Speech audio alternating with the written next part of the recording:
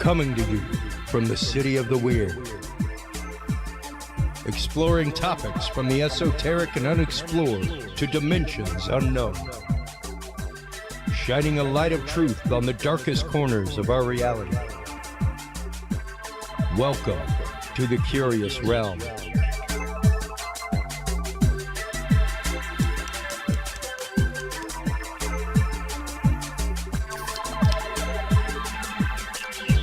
Well, hello everybody. How you doing this Tuesday evening? Doesn't seem like we are midway through December of 2023, man. This year has just flown by amazingly fast. So I hope everybody has had a great year as I had. Curious Realm got to go out and sponsor so many epic, awesome events and be a part of so many awesome communities. I cannot wait to go out and do the same thing next year. Our first guest tonight, here in just a moment, is Dr. Irena Scott. We actually met Dr. Scott at MUFON Symposium this last year. We had her on for a little bit, talking briefly about Beyond a Reasonable Doubt, the book that her and Philip Mantle have released on the Pascagoula alien abduction. We will be talking about that in our first segment, as well as how events like that affect people for the remainder of their life. It was all of a few months ago that Calvin Parker left us and left this earth.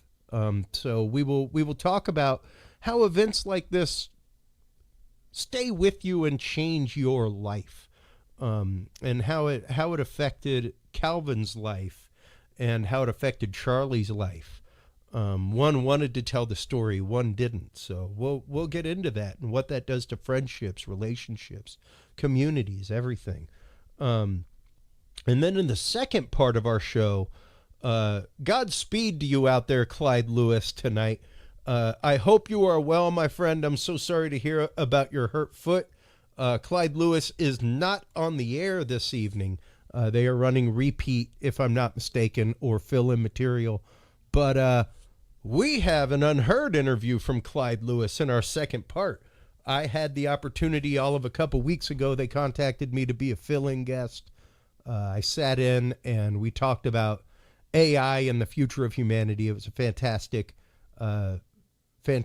segment on the show. It was such an honor to be on there.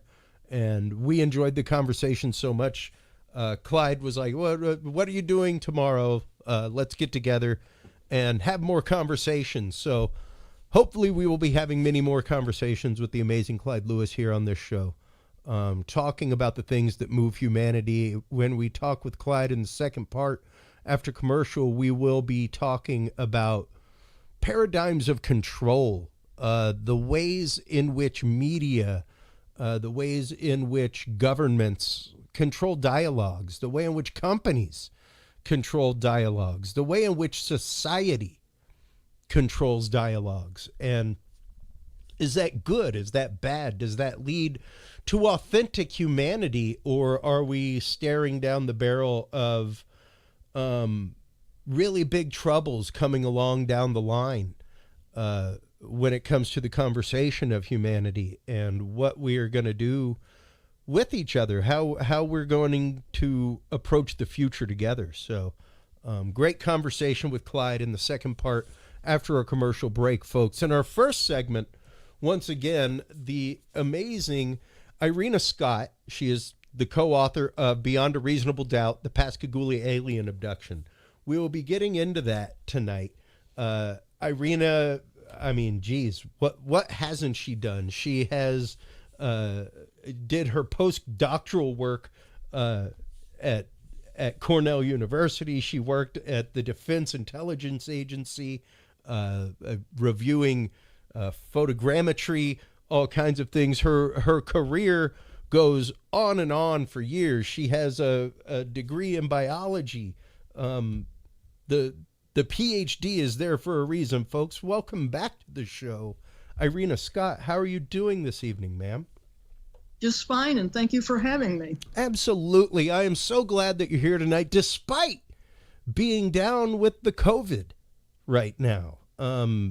considering the fact you have COVID, you sound amazing. So, Glad. you are a spry cuss indeed. Whenever I had a chance to meet you at MUFON, we had many conversations into the late evenings. So, I thoroughly enjoyed our time together as well as our interview time together. And I'm so glad to have you back on the show tonight. And it was nice to meet you twice or several times there.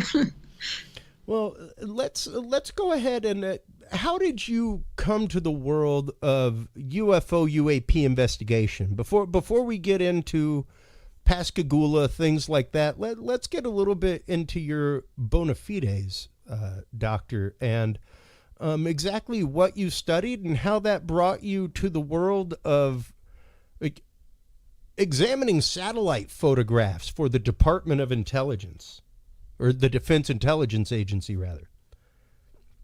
Well, I started out by wanting to be an astronomer, and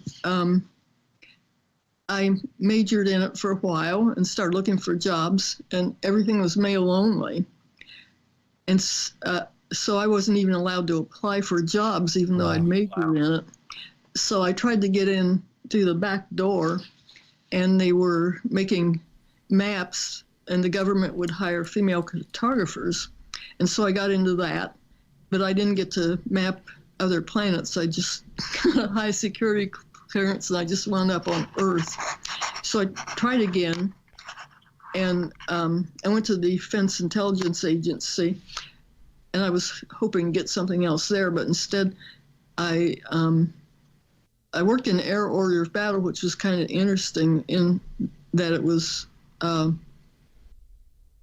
identifying airplanes from satellite photography and whatever else was flying around. Then I still couldn't get in astronomy, and I got married. So, and my husband worked in Las Vegas. He had actually worked in Area 51. Oh, wow.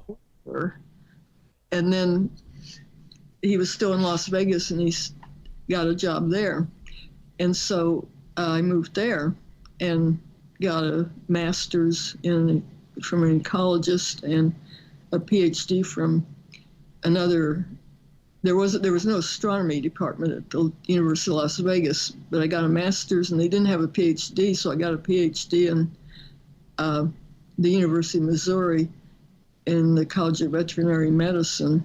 And then I went to Cornell, and I became a professor at St. Bonaventure University. And then due to husband's change and so on, we moved back to Ohio. And I had a job in medical college on a grant, and also worked for the Ohio Department of Health. And then in my part-time jobs, I also worked for Popular Mechanics and got to be an astronomer for a while. The Big Ear telescope, which is now doesn't exist, but it was where they found the WOW signal. Yep.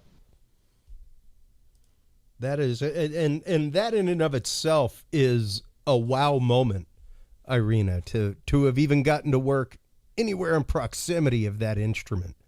Go ahead. It was great. They had to take it down because Ohio State University sold the land under it to be a golf course, so it no longer exists. That sounds about typical. The golf course is much more lucrative than the science. It certainly is. Yeah. And you know, that is sadly the way so many different times. We were talking about it just before the episode that, you know, the idea that science doesn't always get its hands dirty. The prime example would be NASA not looking into UFOs, UAPs for decades because people that did look into them were ridiculed, you know? Yeah, and like, for instance, one of the prime ridiculers back then was Phil Klass, and he always presented himself as a scientist. he would always say, "This is a voice of science. This is a voice of science," and I'm a scientist. Well, he wasn't a scientist. He was a writer. But so he sort of led the way to scientists saying, "Oh, we don't believe in that." Now, especially with your work with popular mechanics, because I mean, popular mechanics and popular science were, along with Omni magazine, three of the things that were the staples of my youth, from junior high all the way through college and beyond. And there were regularly articles about, UFOs, exotic technology, all kinds of things.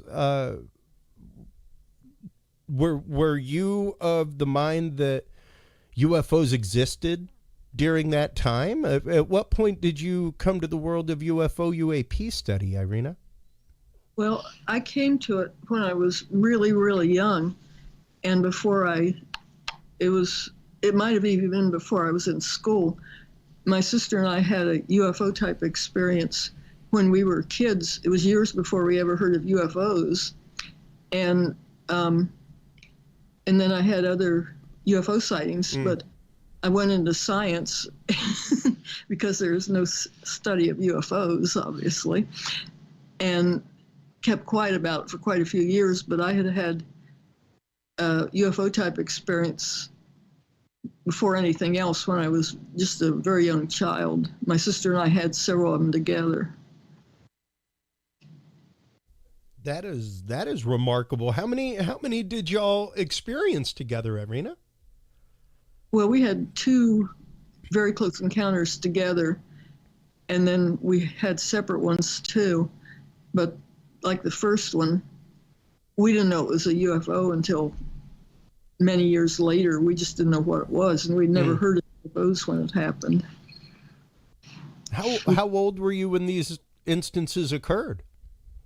Well, I think the first one, my sister said she was definitely not in school yet, and I don't remember. So she might have been 4 and I might have been 6, but we might have been younger than that. Mm-hmm.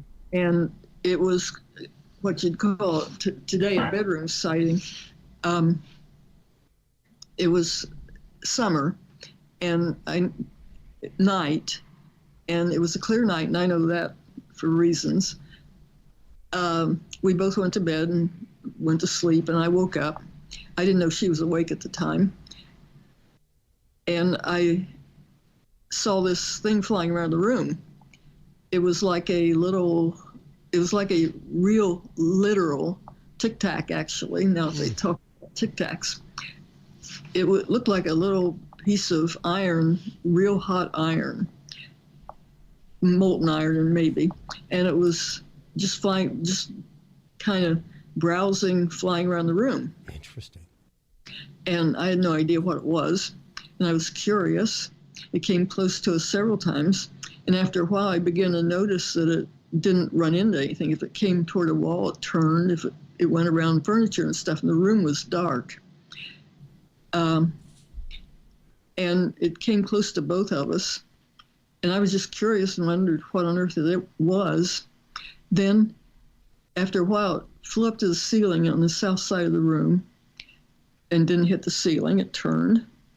There was a chandelier in the middle of the room, and it was an attic room with walls that slope up toward the ceiling and about 3 feet between them. And the chandelier was in between the 2 walls, and it flew to the chandelier, and it didn't feel its way around or anything. It seemed to know where the chandelier was. It began to circle it. And then it circled for quite a while and seemed to speed up a little bit. And then it slowly, in a spiral, just went under the chandelier.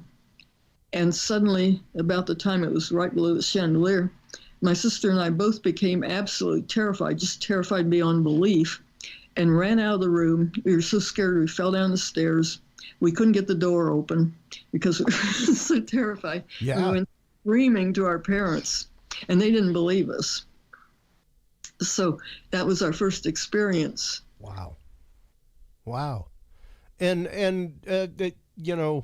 looking back on that now, knowing what you do from investigations, things like that, having sat on the MUFON board, working with MUFON, other investigations, what kind of sighting would you say you had, Irena? I found out the most about from a book by Jenny Randall's called Star Children.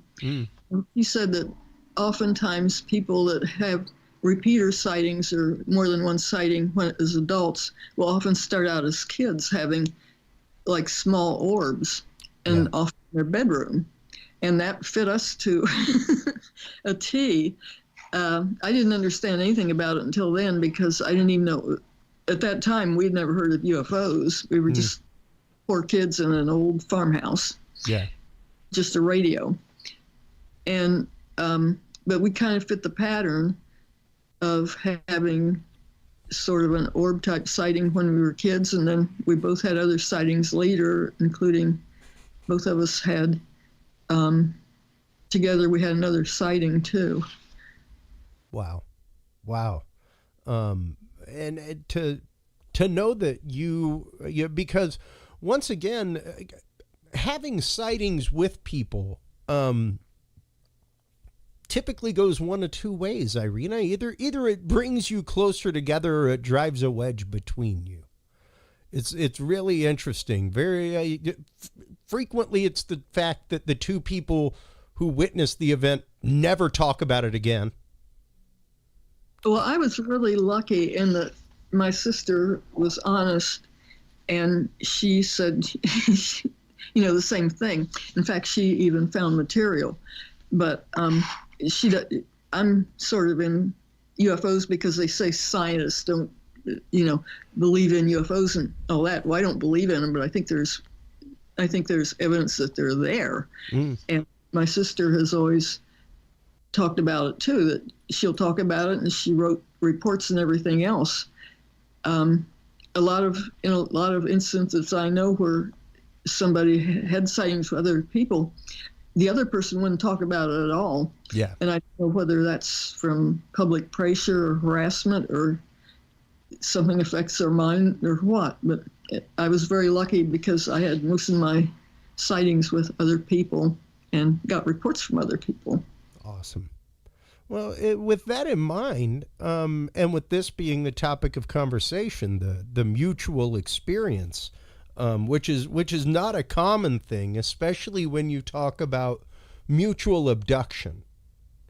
Let's go ahead and start getting into the 1973 case of Charlie Hickson and Calvin Parker there in Pascagoula, Mississippi. How did things begin for them that evening, Irena? Things began with them that evening they were family friends. The younger man was 18, a teenager, and he was with an older man, Charles Hickson, and he was Calvin Parker, the younger man, and they were family friends. The younger man's father is a friend of Charles and vice versa. They had their day of work and they decided to go fishing. And that's just a normal thing down there in Mississippi. There's all kinds of water, and they were by the Pascagoula River, which goes right out into the Gulf from there. So fishing is something people did all the time. And so they had their day of work and they went fishing. And they were friends. I mean, Calvin was a good friend of Charles's son and so on. So they finally found a place after looking at a couple of places. Calvin wasn't real happy about it because Charlie wanted to fish in this one place, and it had no trespassing signs up, and Calvin had a new car, and they had to walk through a bunch of trash and weeds and everything to get to the place, and it was old broken down pier.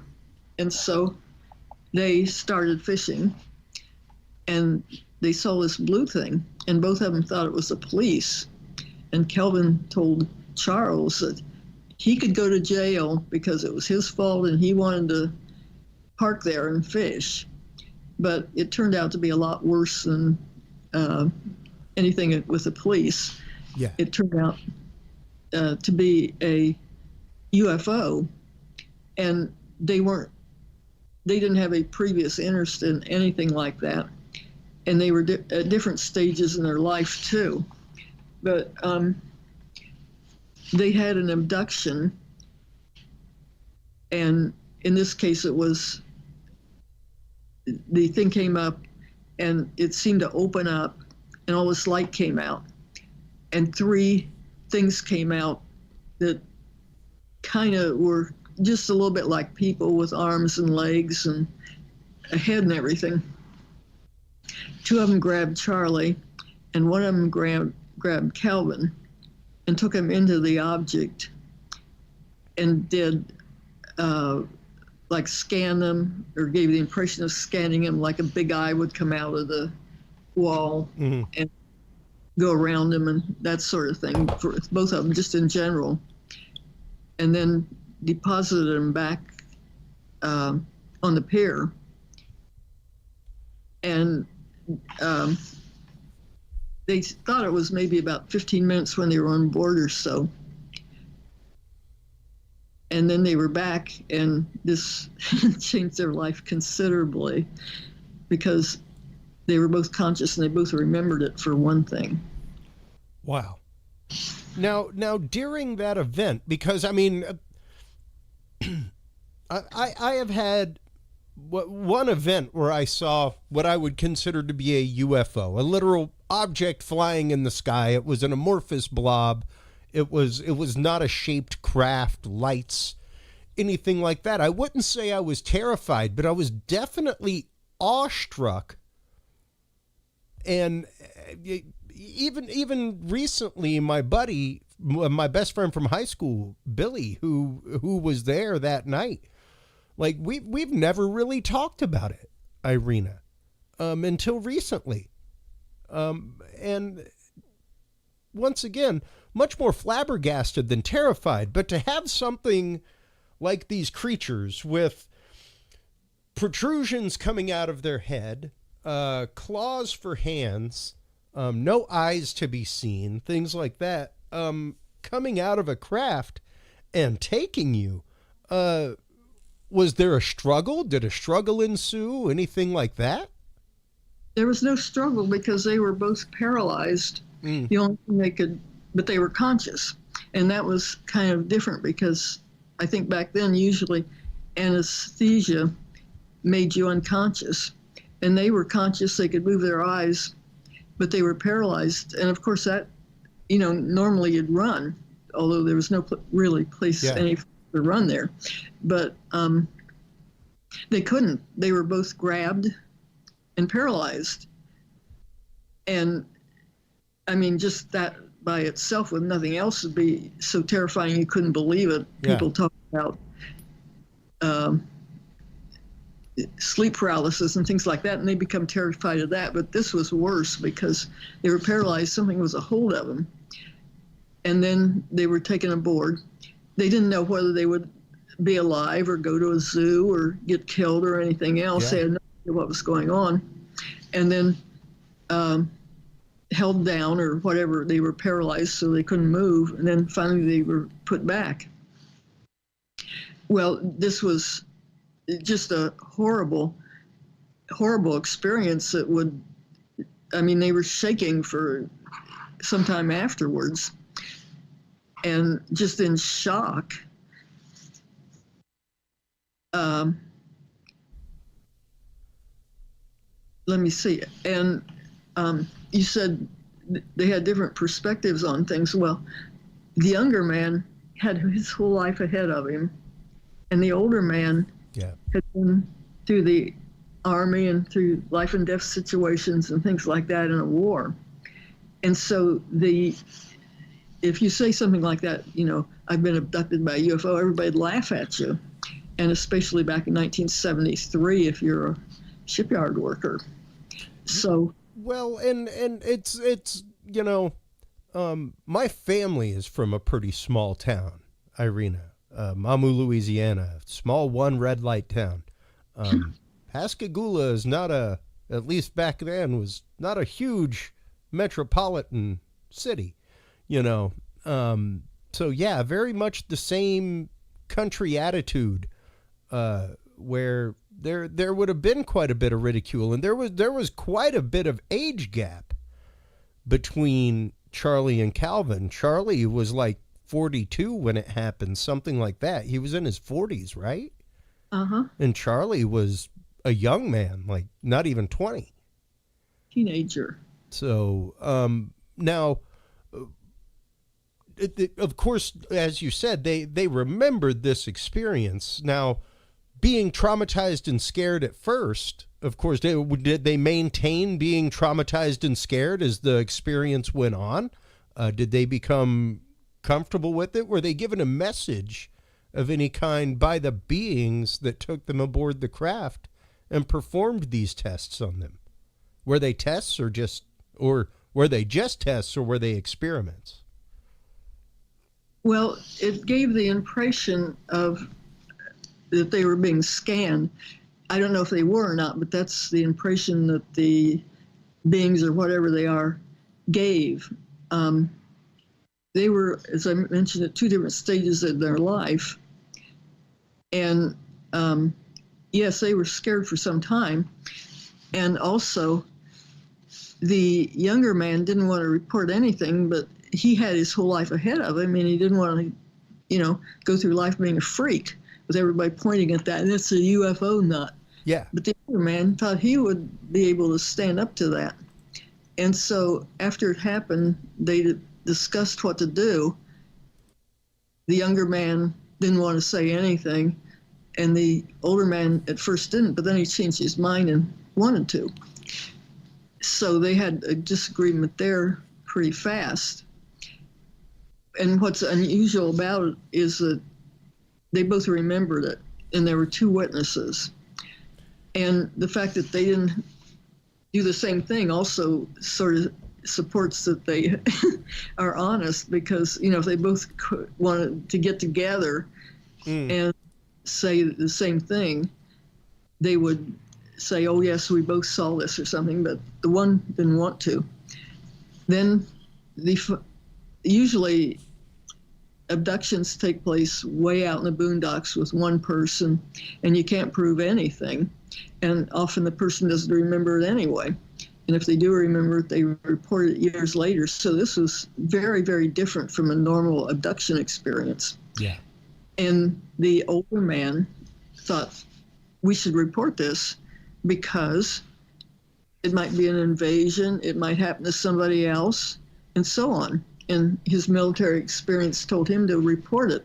The younger man, he was engaged, and he didn't want his fiancée with him, and didn't want to go through life being, targeted and harassed. So he was on the other side. But the older man decided to go ahead and report it, which didn't make the younger man real happy. But you can imagine how, even today, if you tried to report that, what would happen? I mean, you called up police.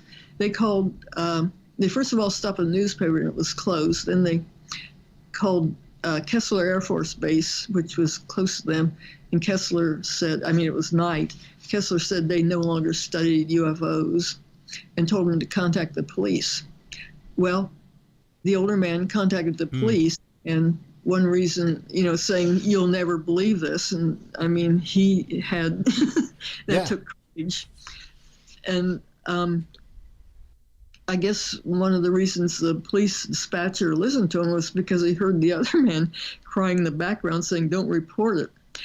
But the police had him come in immediately. And this was totally different from a normal abduction where nobody reports it for years and you don't even remember it. Yeah. So they went to the police department. The police did an excellent job of investigating. They, first of all, interviewed him separately. Then they put them in a room together, interviewed them together, and then the interviewer left and left him alone. But the police didn't want to be made fun of, and if it was a hoax, they thought if they were alone together, and it was a hoax. They would be talking about the hoax. And so they'd hidden a tape recorder in the room the two witnesses didn't know anything about, and recorded their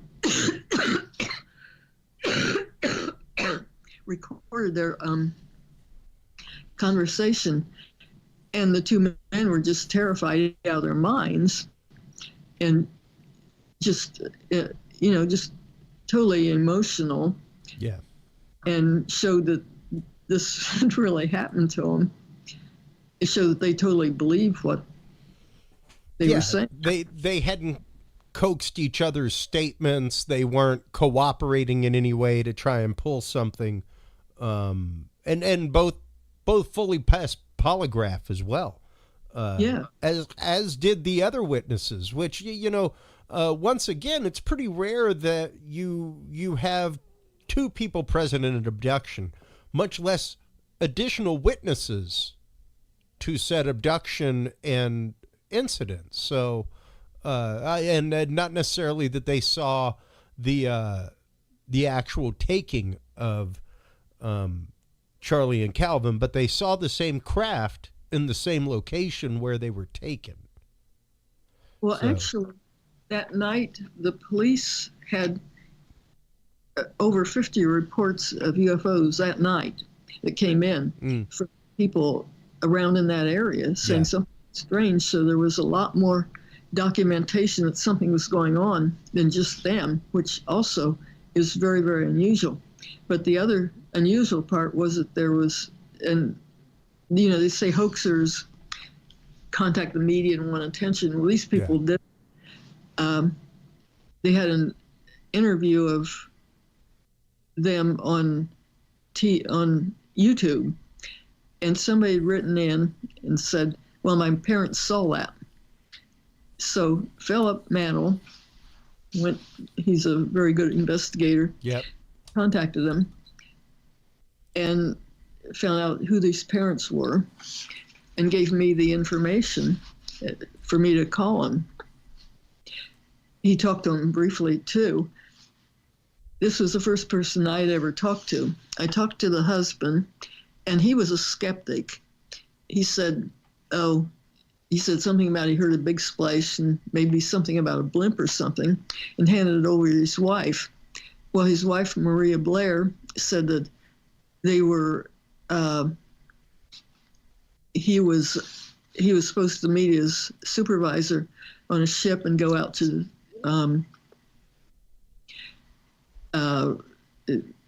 supply the oil rigs or something like that. And the supervisor was late, and they didn't have cell phones back then.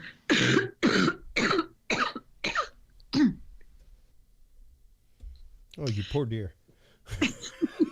Excuse me. It's okay.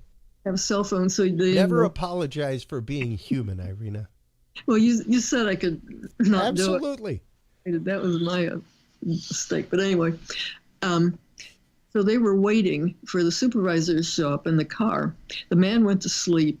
Maria was in the car, and she saw this, what she interpreted as an airplane, and it was flying around. And she kept saying that it didn't seem to know where it was going, that it just seemed to be flying around and going nowhere. There was no landing strip or anything like that there. And she thought the pilot was lost or was hunting for something or something.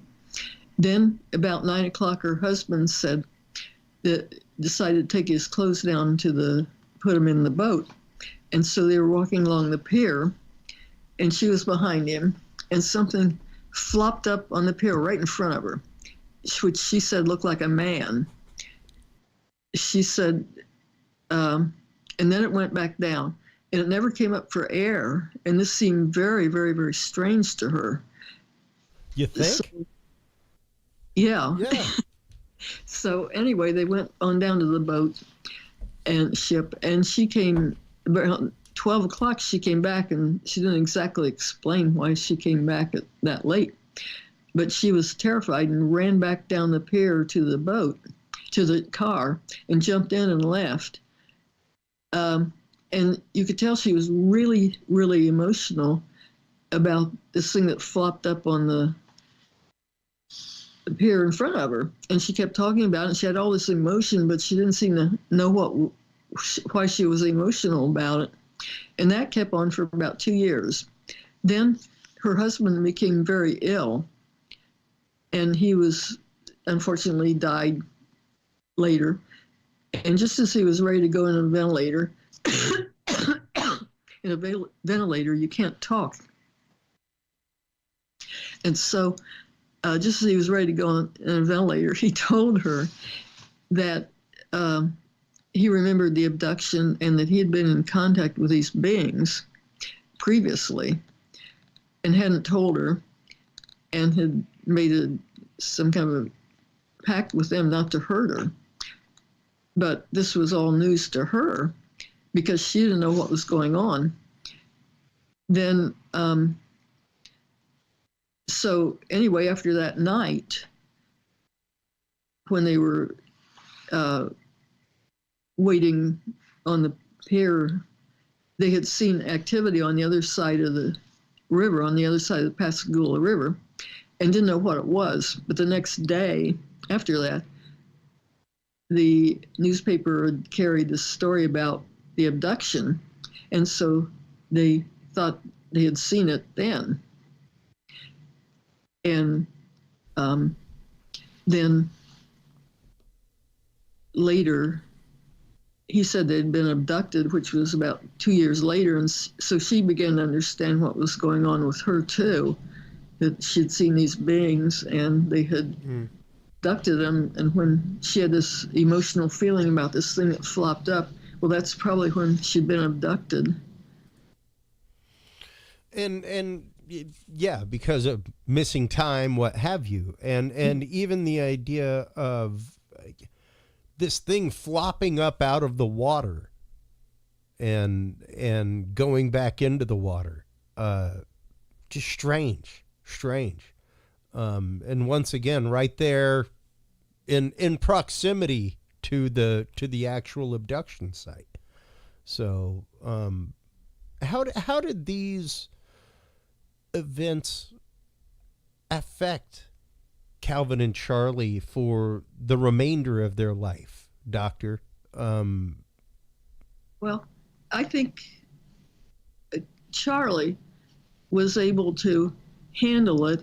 He had a lot of experience, and he'd been through life and death situations, and probably just getting harassed by his fellow people probably didn't make that much difference to him if he's just escaped death in Vietnam and things like that.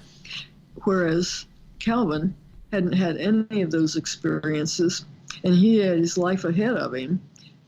So he was very worried about the whole thing and didn't want to say anything, which is a normal response that anybody would have. I mean, Calvin is more like a normal person.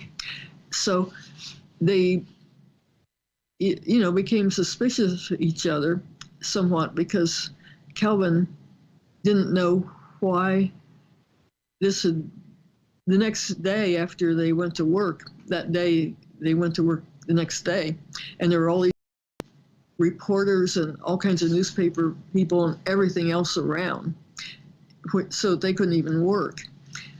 And he thought this was due to Charles saying something, but actually, in my own opinion, I talked to a policeman, and he said that right after it happened, right when it was right after they had contacted the police and were in there, that a bulletin had gone out that said the police, on the police radio, that they said 2 drunks had been over in the river and thought they'd been abducted or something. Some kind of weird thing went out on the police radio. I would suspect that that's how it got out instead of from anybody else. But he was sort of unhappy with Charlie for many, many, many, many years.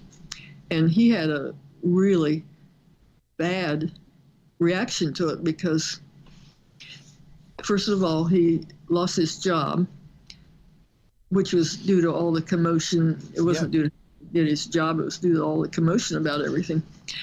He went home to his family. He had a nervous breakdown and was hospitalized for a while.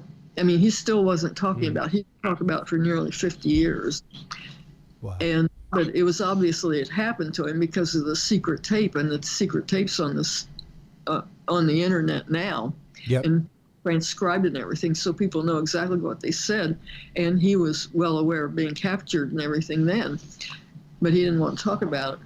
But I interviewed his wife, and his wife said that for a long time afterwards, he had a tick in his mouth, which is just a nervous tick. And he didn't talk about it to anybody for like 48 years or something. And so they had totally different reactions to it. Yeah, and, I mean, it sounds like he had an actual physical manifestation of suppressed trauma, you know? He did.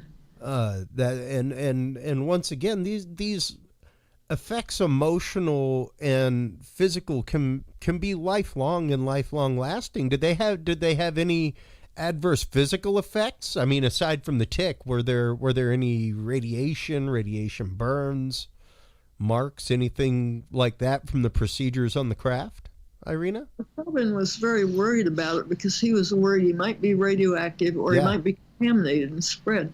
And he went home that night and bagged his clothes in a plastic bag or something and threw them out in the trash. And then he took a bath, and I think he said he poured bleach on himself, which is something his mother did to clean him. And so he was thoroughly cleaned and worried. And then he was worried, they might be contaminated, and he said something about it. And they first of all took him to a rural hospital, Singing River Hospital, and they didn't have facilities for radiation or anything. But the Kessler Air Force Base didn't. And although that night Kessler said, "We have no inners," the next day they took him to Kessler to examine them and see if they had any radiation or any contamination. And that at that time, Kessler Air Force Base had a lot of people, big people, interview him, such as colonels and medical doctors and things like that. So they had a whole bunch of people ask him what happened. And there's a transcript of that in our book too. They had it wasn't recorded, but they had a secretary making notes. And so there's a transcript of all the questions they asked him then. So it was very well documented, just unbelievably. Yeah, the book is amazing. It has all kinds of pictures, news articles. Like it is literally just a dossier of the event. Absolutely remarkable. Everything down to parts of transcripts from regression sessions, things like that. Now, when it comes to the issues, because once again, Charlie and Calvin's families were friends. They knew each other via family, things like that. And this obviously set something off between them. Did they ever make up before Charlie's passing or anything like that, Irena? I think there was some resentment on Calvin's part the whole time, but I think he thought that Charlie had told people. Yeah. And I don't think Charlie had. I think it came from the police department, but I think he kind of blamed him from then on. But he had a much worse reaction, but he was very, very young too. Yeah. Yeah. And once again, they can, any experience like this. And now, after their experience, because once again, traumatic for them, terrifying for them during the moment, yet afterward, when they were asked about things, they encouraged people not to encourage any violence toward these creatures, that they meant no harm. Yeah, I think later they said that they somewhat received messages that they meant no harm and that sort of thing from the aliens. Both of them seem to have that impression. And once again, to vividly remember something like this, because most frequently there is missing time gaps, things like that. The memories of these two gentlemen, when you go through and start reading things, when you listen to that tape, are visceral and real. They were shaking. Yeah. And just, I think it was some time before they just got back to kind of being themselves. And I think that was quite a while for Cal.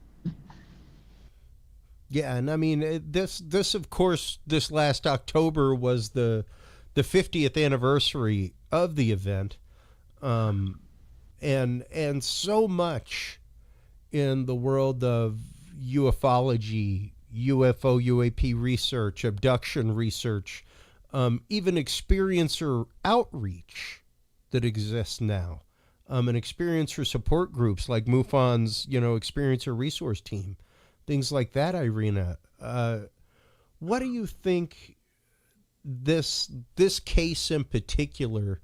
How do you think this affects the conversation moving forward? Well, I'm hoping it does, because the conversation so far as the government has acknowledged that there may be things UAP here that aren't explainable, and that's about as far as they've gone. Yeah. And their evidence is military planes photographing them, putting on radar and things.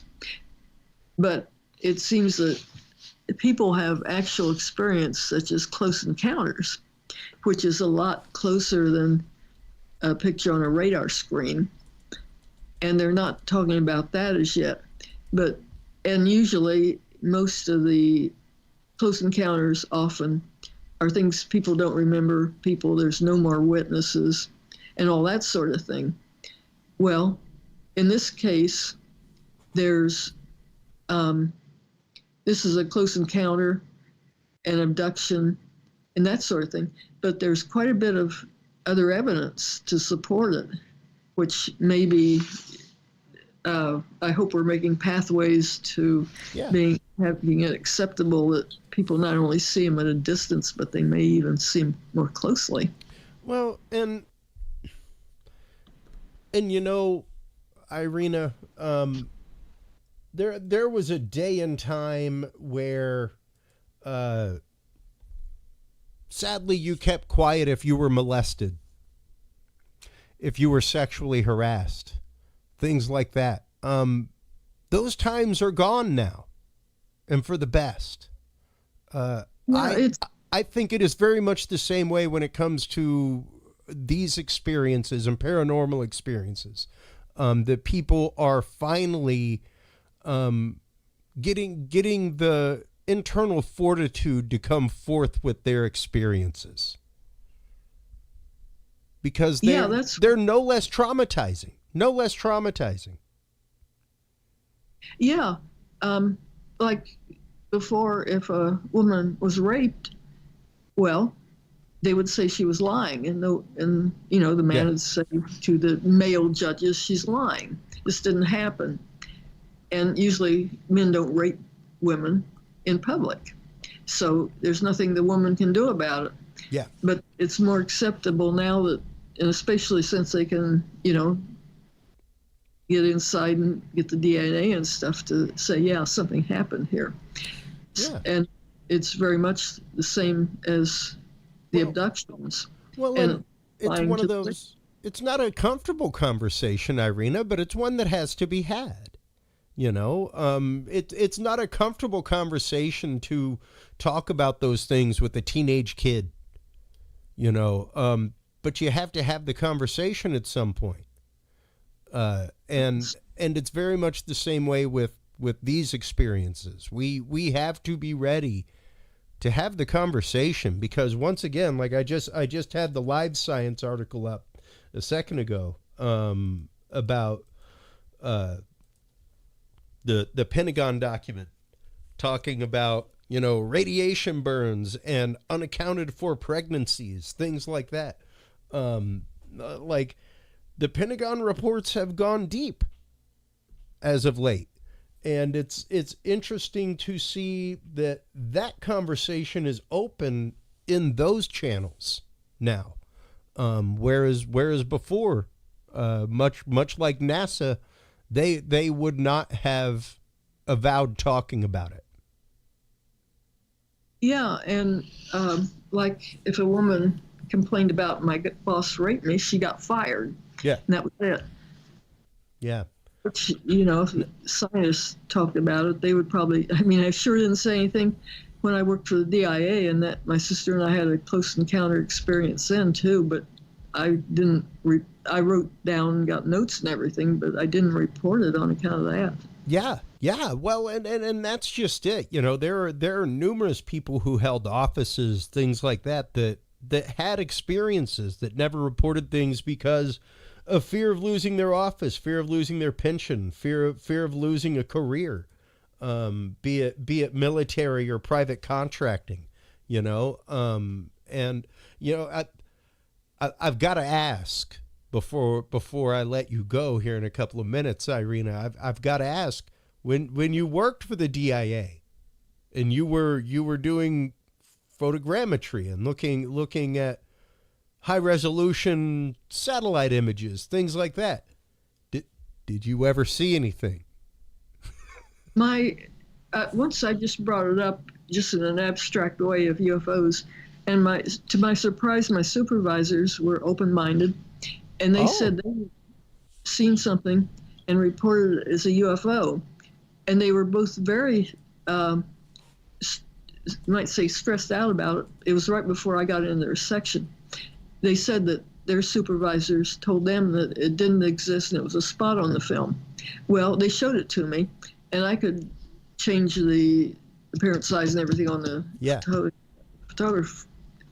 photography and get it in stereo and things. There were 2 photographs, so it definitely wasn't a spot on the film. But they said that their supervisors just insisted it was a spot on the film, and they sent it to some other authorities who also said no spot on the film. And so they were just put out because they were supposed to be the top people at doing this photo analysis. Yeah. And their just told them they were crazy, which, at that time, I was in the closet with UFOs and everything, but made an impression on me that somewhere in the government, probably somebody knows something. Of course, it could be their supervisors didn't know anything too, but I had the impression that maybe they were lying or something. Yeah, and that's just it. So much of that stuff is fully compartmentalized in the private sector, things like that. But it was just one of those, like, I've got somebody here who spent years looking at high detailed satellite images. I had to ask if you ever saw anything whizzing by, in one of those images. So, because I think there's kind of, sadly, a misconception out there, Irena, and that is a lot of what we like to do on this show, is demystify things, have the conversations that people don't like having, and I think there's a misconception out there that these things are photographed with regularity. Things like that. We need to be looking at the anomalies and remember the fact that anomalies are anomalies. They do not occur in great number. As somebody who examined photographs for years and years, I'm sure you, much like myself, can spot things pretty rapidly. And it's amazing what is out there now, software-wise, AI-wise, to be able to generate things. So the next few years are going to be challenging, to say the least, with data like that, But having conversations about incidents like Pascagoula, about how those incidents were handled by police, law enforcement, whether they were taken seriously or ridiculed, and quite obviously in this case, taken very seriously by the local police, to the point of investigating if they were lying, colluding, and even to the point of polygraph, and all of that was passed. Yeah, and so even by today's standards, that was an extremely well investigated event. Yep. And if it happened today, it might not be even closely that well investigated. Well, and that's kind of the caveat that I give people with evidence. My air quotes are up for all the listeners out there who aren't watching. But, you know, when it comes to evidence, or, ooh, I got evidence in a picture, air quotes again, you have to be careful with that, because, there are so many things that happen, especially with digital equipment. And it's hard to say that you definitively have something. And the trouble is, the phenomenon itself may be able to affect things such as the electronics on a camera, or sure, what it's taking a picture of. Maybe they send a laser right down into the camera lens and give you a different picture or something. So that they always say everything is blurred, and they act like that's because everybody blurs it because they're faking. Well, that's not true. I mean, there may be a lot of reasons. Everything's blurred a lot of the times. Well, yeah, precisely. And just the fact of vibrational fields, things like that, when you're talking about craft of this type, anything that would be able to defy gravity, anything that would be able to have an anti-gravitic field, or teleportation, or even light diffusion for cloaking abilities. You are talking about a high RF vibrational field, about something that seems impossible, such as the things seem to levitate, and they seem to levitate them, and gravity is pretty common all over the place. So that causes people not to believe it, but this may be a phenomenon that's way different than what we understand. Yeah, precisely. And once again, we have to be willing to listen to people's experiences. We have to be willing to, much like the police did with Charlie and Calvin, we have to be willing to investigate further and see where it actually leads us with open mind. I mean, they could have very easily taken that report, sent them on their way, and tossed it right in the bin, Irena. I mean, which is the case in most of them. Yeah, with the police work, because they did a really good job of investigating, and that's one reason it's a real good example. Well, and when it comes once again to that evidence of like, hey, I caught this on my camera, the question I always ask people is, would you be willing to have that defend your life in court? Well, lots of people Is would. it that level of evidence, air quotes again, that you just caught? And quite literally, yes, that is the realm of evidence that the police got. Was evidence that would have been able to exonerate somebody in court.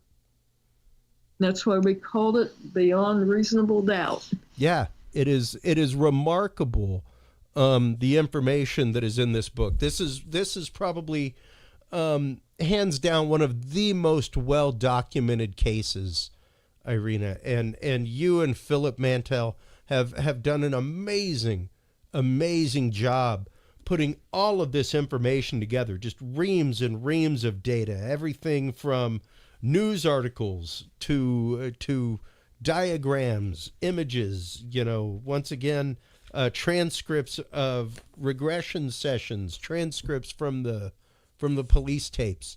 It is all in there.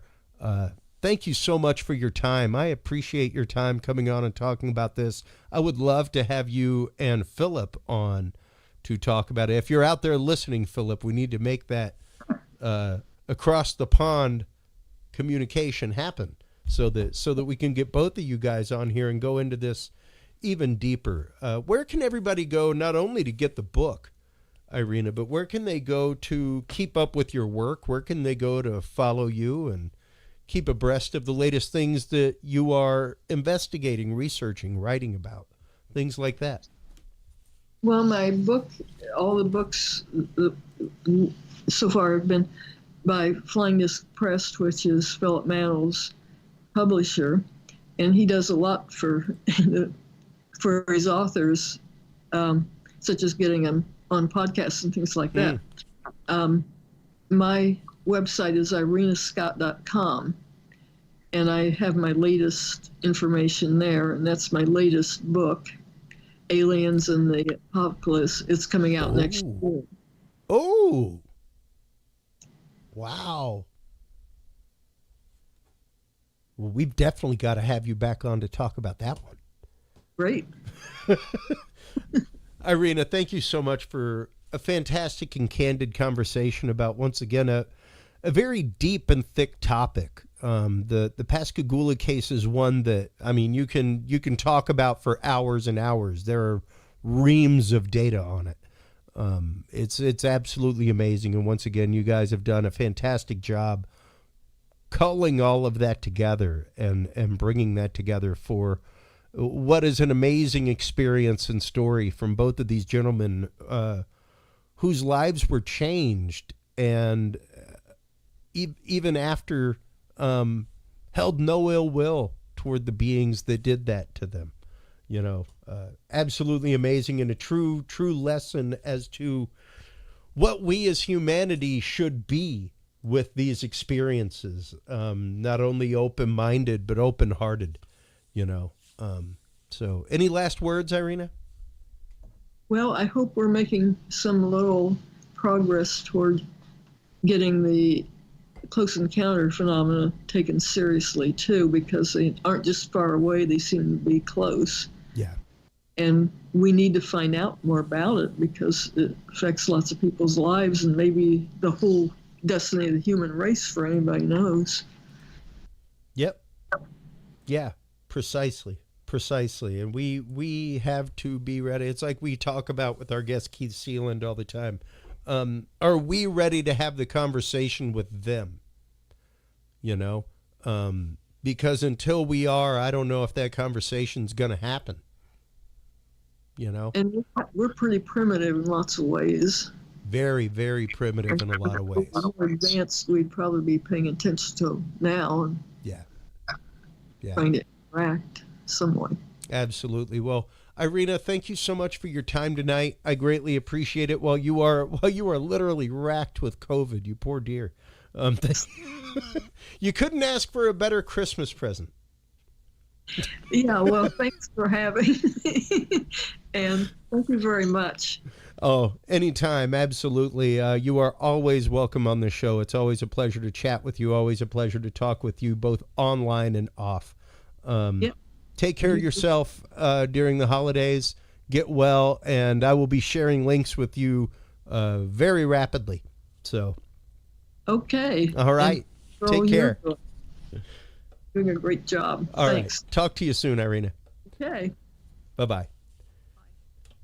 An amazing conversation there, folks, with Dr. Irena Scott. Once again, Beyond Reasonable Doubt, an amazing book. About an absolutely phenomenal case. If you are into UFO, UAP cases, the Pascagoula abduction is just one of those that once you start tearing into it, man, there is just so much meat on the bone because it's so well documented. Amazing stuff. Once again, stop on by and check out the amazing work of Dr. Irena Scott at irenascott.com. Everybody, that is where you can buy her books. Of course, you can also buy her books right here at curiousrealm.com/store. That's where you can buy all the books from our guests. That's also where you can buy your Curious Realm merch, like the cup I've been drinking out of during the show. That's also where you can go and find all of our videos. curiousrealm.com/videos. That's where you can go and subscribe to all of the YouTube channels of our guests. Everything else, they are all right there so that you ain't got to go searching, everybody. It's all right there on our website. Stay tuned through these commercial breaks. When we come back, everyone, we will be joined by the indomitable Clyde Lewis. We had an amazing conversation with Clyde about AI, authenticity, and humanity, where that is going. And we continued that conversation on this show, talking about paradigms of control, everything from how 9/11 affected the political paradigm and the paramilitary paradigm, and how the paradigms are pushed by the media, how these paradigms are driven to drive wedges in between us in society. So when we get back from this commercial break, everybody, we will be airing that incredible pre-recorded interview. Just so you know, guys, always, sometimes we have folks trying to ask live questions during the second part. The second part is always pre-recorded. So that is how I get things out so quick. So anyway, stay tuned through this commercial break, everybody. When we come back, we'll be talking with Clyde Lewis from Ground Zero about paradigms of control. Right after this, everybody.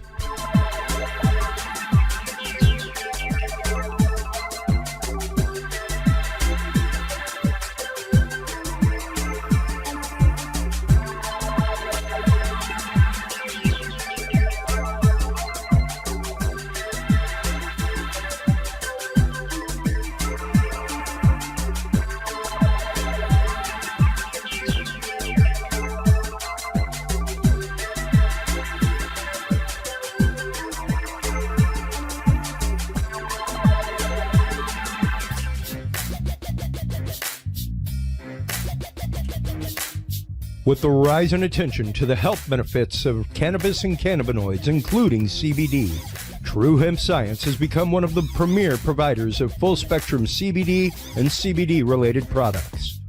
Using a proprietary spagyric process, True Hemp Science extracts maximum benefit from the whole hemp plant.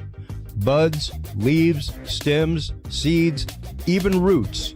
Every part of the plant is used and then reused to formulate a rich, complex profile of CBD, CBD derivatives, and terpenes guaranteed to provide the relief and benefits you need daily. Visit TrueHempScience.com to experience the best CBD oils, edibles, and topicals on the market today. And use code CURIOUS7 to save 7% off your entire purchase of $50 or more and get 2 25 milligram CBD cookies or brownies free. That website again is TrueHempScience.com and the code is CURIOUS7.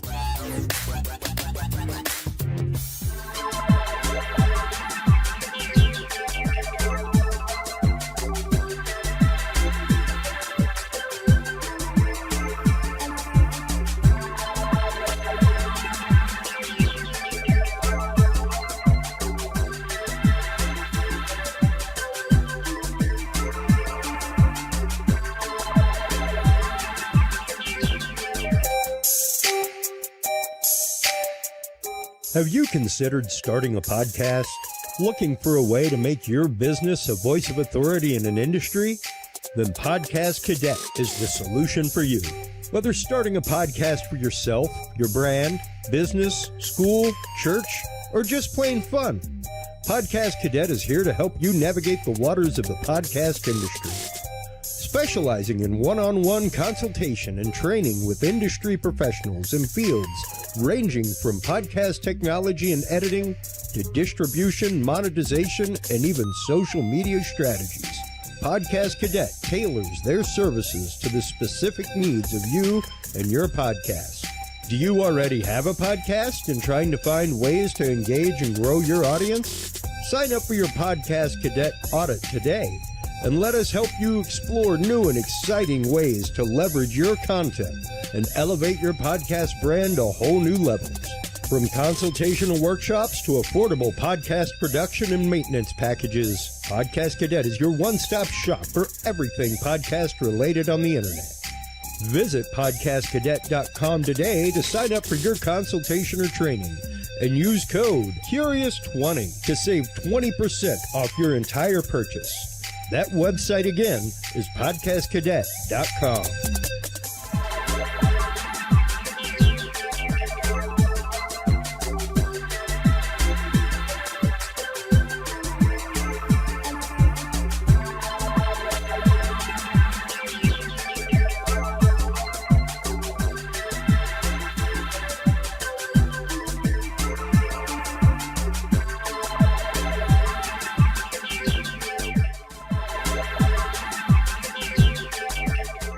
Curious Realm Podcast is your source for the latest and greatest news and events in the world of the paranormal, esoteric, and forbidden knowledge. And there's no better way to spark the conversation than with items from the Curious Realm store. Choose from fan favorites like hoodies, mouse pads, coffee mugs, and more. Buy books and items from your favorite Curious Realm guests. Get your hands on the latest gear for paranormal investigations and experiments we discuss on the show.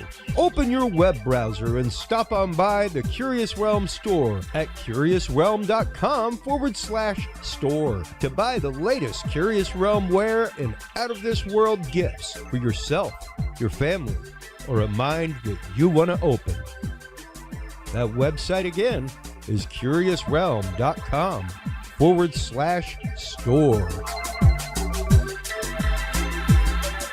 Hello, everybody, and welcome back from that commercial break. Thank you so much to all of our sponsors, especially True Hemp Science. True Hemp Science is your source for spigyrically made CBD oil, folks. I'm here to tell you I've used CBD all over the country. They are hands down some of the best CBD I have ever used. Stop by and check them out.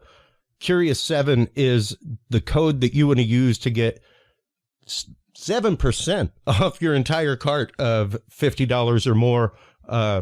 Stop on by their website, everybody, truehemscience.com. Our guest in this segment is the amazing Clyde Lewis, host of Ground Zero. Welcome to the show, Clyde. How are you doing today? Good, Christopher. It's good to be on your program. It's great. Had a chance to talk with you last night. What a remarkable show we did together. The hour was packed with a lot of enthusiasm, and I was very excited to be a part of it because it was we're feeding off of each other in such a way, and it's important that that can happen, that we have the synergy, I think, with all the people out there to get the truth out there, or maybe even a version of it that not very many people have heard. Well, you know, and that is what I love about listening to your show. That is what you are, despite the topics that you cover, which are wide and ranging. Like I have touched on New World Order things. I can't say as I've done full on episodes on it yet. But your topics are so wide and ranging, yet still you have a grounded point of view when it comes to looking at them. Prime example would be at the beginning of the show last night. You were talking about the possible use of holograms at 9/11, things like that. For control of the masses and control of a paradigm. And you were like, okay, possibly, I guess they could have, but why not just use planes? You know, why not just go with the old solid analog way of doing things, you know, the tried and true methods. And to look at things that way, I think, is one of the most important things in the world right now in our society. Because, well, I always wonder why people, you know, they come up with these wild conspiracy theories. And I love a good conspiracy theory. Don't get me wrong. Conspiracy theory should be a part of history. It should be taught. Yeah. The problem I have, though, is sometimes these outrageous conspiracy theories, like, well, they used holograms instead of planes. Okay, so what's the motive of using a hologram? What is the benefit of using a hologram as opposed to, you know, killing all those people with real planes? I mean, it doesn't make any sense. I mean, what do they have to do with all the bodies that were on those planes? I mean, it's just too much trouble to cover up something by just using holographic planes. I don't get it. I mean, the impact wouldn't be the same. I'm sure, though, and this is the thing, a lot of conspiracy theory has a lot of kernels of truth in it. Oh, absolutely. So I would say this. If holographic planes were used at all, it would be used in the reporting of the World Trade Center, meaning that a lot of technical wizards would go in and they would give us views of the planes going in that never happened. In other words, they want to get the best picture. They want to get the best show. And so they weren't prepared to have the cameras rolling at the time the plane slammed in. They had them at certain angles, but not the best angles. So they went back and said, well, can we recreate that for a more impactful thing? I know that news media does that. They do it all the time. They want to, they don't get the impact they want. I remember when Shock and Awe happened. Yep. I had a friend of mine that worked at CNN, and he told me, he said, the bombs weren't loud enough, so they had to go in with a sound ideas, sound effects library and enhanced the bombs so they went off and they were loud. Yeah, because they were off in the distance. You know, it's not like they were like louder. Right there. Yeah, exactly. And, the things like that are done regularly whenever you look at media after the way that things are treated after, to make sure that, yes, they are broadcast ready. Most of the footage you see in wartime, too, is not the footage of the war itself. I mean, that's the thing, is that it has to appear like it's available, because they say if you don't see it, it didn't happen. Yeah. And so sometimes I think they have to generate it. They have to create it or recreate it, and they do it in a studio. And I think this is where you get the idea. Well, they used holographic planes, or maybe they did to create a new way of seeing it.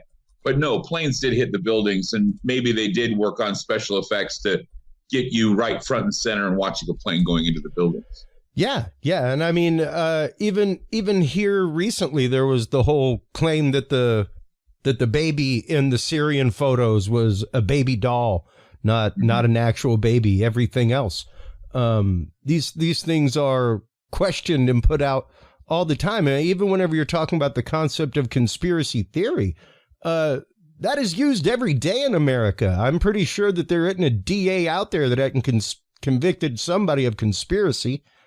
All they're doing is quite literally weaving a dialogue and saying, jury, come on the journey with us right now. These are the facts as we are going to lay them out. Not necessarily the facts, but the facts as we are going to lay them out to make our case. And if that's how police operate. I mean, they come up with a theory as to how a murder or a crime takes place. They banter together and they throw around the theory and try to make a case. And that's where you go to the courts, because they take a conspiracy theory, they put it before the courts. The jury decides whether or not their theory is sound, and lawyers are meant to cast doubt on those theories. That's the whole point of a lawyer. Yeah. So, that's how it works. And so the idea of conspiracy theory being a pejorative for lying, you might as well take the whole court system and throw it out in the process. Thank you. Exactly. Yeah. Like that is literally the basis. If you are not allowed to hypothesize, I mean, the whole point of science is hypothesis it to the extreme. Let's hypothesize whatever we can, and through testing and poking and prodding and repetitive science, we will prove whether or not that hypothesis is sound, and it will become a theory. Sure. So yeah, if you want to hypothesize that, planes flew into the World Trade Center, absolutely. Now let's follow the rabbit trail of evidence and see if something actually happened. And it's funny to me how years down the line, these things still have the gas they had in 2000. Well, right. I mean, one of the other things, too, that I've always asked the question, they talk about direct energy weapons being used on the Twin Towers. And I say to myself, well, what's the motive for that? Why do we need that to happen? So we have fake planes and we have direct energy weapons. Why go to all that trouble when you can just do it by slamming two planes into a building? Now, beyond that, the idea of bringing the towers down in a controlled demolition would be something that, again, they poo-poo and they say, well, the planes melted the steel. And I'm thinking, well, here's the thing. They can have the chance of watching these towers topple over and land on other buildings, or they can go in and they can rig charges to make sure the building falls in a way that wouldn't harm other buildings. And I'd say that would be a good motive for that, is that they didn't want to have too much loss of life that they already had. So the idea would be just to flatten the buildings in their own place, their own foundations. So, I mean, and that's what they did with Building 6. And to deny they did it is just insane. No, they did down. They collapsed in a controlled demolition. It just goes to show you that they have these charges already there, ready to go. The World Trade Center already had a bombing take place long before what happened in 2001. So they were ready for anything, I think. That's the whole point. Yeah. And when it comes to especially controlling dialogues, controlling people through dialogues, I mean, even the whole idea of the passports that were randomly found, things like that. I remember when I worked on air, having the Boston Marathon happen. And I mean, I was like on the other side of the glass from my host when it happened. Right. And some of the things that happened during that, Clyde, were like, wow, jaw dropping. I have to agree with you, and I'll tell you why. Because I remember the Watertown chase. Yep. You remember that? Yeah. I was on the air. Somebody had called me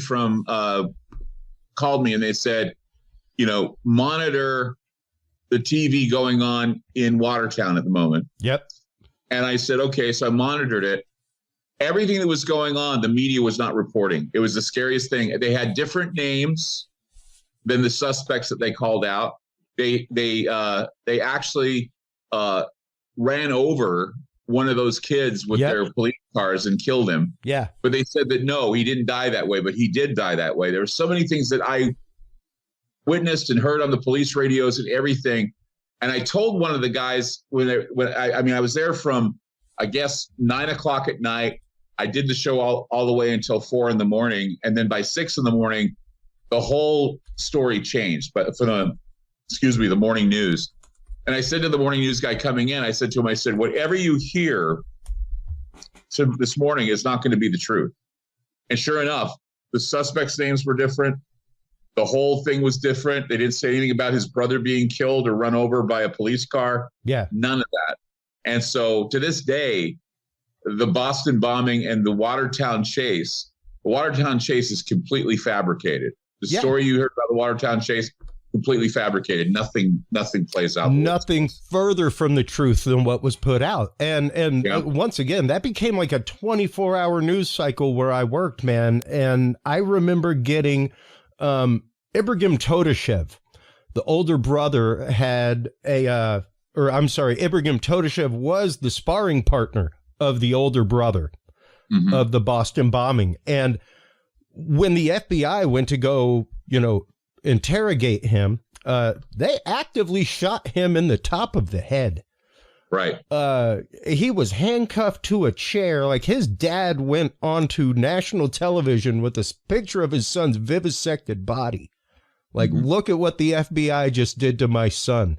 Right. There were like 5 FBI agents that were involved with that randomly died in a helicopter training accident about a month or so later. Something like that. The older Zarniev brother was caught in Chechnya at a bomb-making seminar by Russian intelligence with falsified documents. And they called up and were like, hey, what's your boy doing over here at this bomb-making seminar? So, like, that was just all kinds of whitewash everywhere. And to see them quite literally bringing people out of their home at gunpoint. Right. That's when, to me, it was quite literally like, despite any NWO, anything like that, Clyde, man, that was a big litmus test is truly what I believe as to, like, after 9/11, things have settled down, all that kind of stuff. What would we be able to do? What would they put up with? Would they put up with armed people coming in and politely asking you to leave your home so we can search it without a warrant? Well, look at COVID-19. They look at it as a silver lining. They said, this is how easy it was to control a group of people. All you have to do is tell them they're going to die if they step outside and breathe the air. It's, one of the things, I've been doing Ground Zero now for about 30 years. And one of the things that I was always telling people, warning them about this day and how it would happen. And I say, now, I'm very surprised that America has just knuckled under and not see this for what it is. I was not even planning on the idea that everything would be so obvious and people would just roll over and play dead. I'm completely shocked by that. It gives me chills, man. Yeah, I don't understand, because it's like, we were warned of this for 30 years and then now it's happening. People are saying, well, whatever. It's like I was saying last night. You'd go up to somebody and you say, well, this is happening and this is happening. And they say, well, I don't care. Yeah. They don't care. I mean, they just don't care. And they're only going to care if it affects them directly. If they're seeing other people suffer, doesn't matter. If they see people overseas suffer, doesn't matter. China could disappear tomorrow and we wouldn't care. It would be like getting a cut on the finger from a piece of paper. And we'd go, oh, that hurts. But, you know, it'll get better. Yeah. No big deal. And I just can't believe the ennui that we have here in this country and how we've been so lulled into thinking that everything's going to be okay when we look around us and nothing's okay. Yeah. Nothing's okay. And I think they just hit us with crisis after crisis after crisis. People just become numb. And if they don't know what to do, they don't do anything. That's how Americans operate. If you confuse them or overwhelm them to the point where they don't know what to do, they just stand there and do nothing. They do nothing. That's how it works. Yeah, yeah. Well, I mean, there's that psychological point of fight, flight, or freeze, Clyde. Mm-hmm. And everybody always hears about the first two. They always forget about the third. And that is what most people do. Americans are good at freezing. They really are. They stand in awe and just do not know what to do. Even from a marketing perspective. I mean, you've been in broadcasting and AV and all this, but you look at the marketing perspective that you always hear from people who want to market, and they say, don't overwhelm anybody with complicated crap, because if you do, they're not going to care. They're not going to participate. You have to make it simple. If you don't make it simple, people will just say, I don't understand it. I'm not going to participate in it. And that's the whole point. They have infantilized this to the point where everything has to be Sesame Street. Everything has to be, 1 + 1 is 2 or 2 + 2 is 5. That's exactly how they're doing it. It's exactly what Orwell said would be done. Yeah. And it's just how simplistic everything has become. Nothing complicated, nothing deep. There's not any deep thinking anymore. No big picture thinking. No, oh my God, look in the past and see how we treated each other. We're doing it again. So what? Yep. So what? And everybody has their little Hitler that they want to point out, but no one really knows about Hitler. No one really knows about Stalin or Mao or any of the others that have been oppressors, and how they stopped speech and how they took away guns and all these things. They don't even look at that. They're thinking, well, what's going on in America is unique. It's not unique. No. In fact, it's oppressive. It is wash, rinse, repeat, Clyde, is what it is. And the example I give to people whenever you're talking about control and how easy it is through control to make a society forget. I'm Cajun. Cajun is one of the only cultures indigenous to right here, America. That language is here. It is basically unchanged 15th century court French. That language was all but beaten out of my grandparents' generation by schoolmarms who were like, you need to speak English, stop speaking the ignorant French. You are hard pressed to find Cajuns that are my mother's age. I'm 50.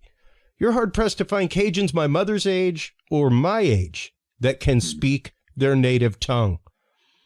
It takes that long to forget. Just that long. One generation, man. Less than a generation.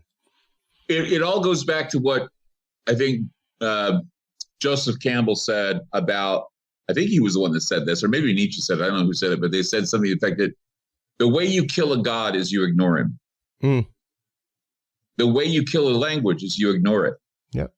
So if you don't teach it in the schools, how are kids going to learn to speak English, Creole, or whatever they're going to be speaking? They're not going to know. And I mean, you hear the language of the kids today. It's some cockeyed, I don't even know if I can use the word pigeon English, that doesn't make any sense. It doesn't, I guess, you're judged by how you speak, but if you speak the way you are, it can also put you at where your age is as well. Yeah. And you listen to kids speak today, and they don't even speak like real people. They speak some language that makes them sound like they're dullards, that they don't pay attention in school, that they don't pay attention to the language, they don't pay attention to history, and none of that matters to them. All they want to do is get home and play their video games, and that's it. Yeah. It's a scary thing. Well, and we spoke a little bit about that last night, the whole concept of escapism, and honestly, that is one of what I see as one of the biggest dangers of AI. Should AI get to the point of sentience, anything like that, man, is go ahead, let it become sentient. Like, put those checks in place, because as soon as it becomes sentient and sees the fact that we used robots for manual labor, that we turned them into sex bots, that we started using AI to make women naked all the time. Like, that's one of the most popular AI apps out there right now, is the one that, you know, you put in somebody's picture and it shows them naked. That's the point of our society right now. And yeah, man, like, if an AI becomes sentient, and that is how you end up with, like, humanity is the disease of this planet. Like, that's how you end up with Agent Smith. Right there. They'll see the behavior and they'll say, yeah, this needs to stop. Survived? Yeah. How does this even survive? Yeah. It doesn't need to. Yeah. Yeah. You know, and we really do have to watch those caveats within our society, because like, and I'm no, you know, religious fanatic. I'm no Bible thumper or anything like that, if that's the term that you use out there, folks. But like, I don't know. I look at it the same as you. We have lost our way as a society. We have lost our way. I remember when I was a kid hearing vivid conversations with my family politically around dinner tables, things like that at Christmas, Thanksgiving. You got families ain't even having Christmas or Thanksgiving with anymore because of their political belief, man. Well, and that's the thing. Back to Norman Lear just died. Yeah. 101 years old. And you and I both grew up on Norman Lear. He was the conversation, man. He was the conversation. He's the one that molded the conversation in America. Yeah. In one of his videos that he said, I don't know if you know this or not, but he liked to mosh. He'd go to mosh pits. Oh, yeah. Yeah. He was a really cool guy. And one thing he said, though, at 101, he said, the only thing I can tell you about living to be 101 is I really miss the America of the 70s and 80s. He said there was something about that time where we were all pretty much not taking ourselves that seriously. We were able to talk about politics without getting angry at one another. Yeah. We were able to laugh at ourselves. We were able to look at things and not be so ultra sensitive. He says, I don't know what's happened, but he says it's not good for the social cohesion of this country. Yeah. And I agree with it. I mean, we need more Norman Lears now. We need more Mel Brooks now. We need those who don't take the society seriously. Yeah. You know? Yeah. Dave Chappelle gets out there and he starts talking about stuff and people immediately say, oh, let's cancel him. But we need Dave Chappelle. We need people like that don't look at the world and they can say, well, this doesn't make any sense. And because everybody says, oh, yeah, okay, let's be stupid. Let's all be stupid. Okay, that's a cool thing to be stupid. Then you have somebody say, well, wait a minute, that's just stupid. Oh, my God, cancel him. He said we were stupid. Well, you are. That's the whole problem I'm seeing with it's like what Norman Lear said. Yeah. We need to be more aware of just how fragile we are and how we're so easily duped and we're dependent on other people's opinions of us. That's why the internet exists. But, you know, who gives a shit? Oh, I'm sorry. Who gives a damn? I'm sorry. We're internet based. Who gives a damn if you decide you're going to take a picture of your food and put it on the internet? No one cares. No one cares about your shoe size. No one cares about you. It's like, when was it ever cool to sit down at a family gathering or at a party and show your vacation pictures on slides? Yeah. It never was cool. It never will be cool. And people still do that on the internet. I'm pretty sure that is the nightmare scenario in every family Christmas movie. You know? Look at my puppies. Yeah. Okay, they were cute for a minute, but now let's move on. Let's have a conversation. Social cohesion's dead. It's just dead because things that we thought were once not cool are cool. And you're like going, why are they? Oh, because they're electronic now. We no longer have to sit around the slide projector and watch upside down slides. You can watch on the internet. And you know, I've watched it with the reboot of my industry, Clyde, as a live AV engineer working in events. I was dragged back into the world of live broadcast during COVID, and it was like, oh man, I fought for so long to get back to doing live stuff. And now I'm back in a studio producing things across the country and connecting people like this via Zoom all day long. You know, and it was interesting though to see people come into meetings the same way that they did for a general session, where it would be like, okay, we've got 100 computers set up, everybody. You're going to be welcoming 60, 70 people into a guest room before the GS starts. It was insanity. It was anything they could do to still have their event, anything they could do. And now that the world has rebooted, it's the same thing. There is a verve for people wanting to get together again, but it's strange that at the same time there is this dissonance, like what you're talking about, where I feel so guilty about some of the things that I do now that COVID has basically done to me. Actually, why is that? Not going to the store anymore. I haven't been to the store in a long time. I order everything online. I have an Instacart account. So you're helping employ somebody.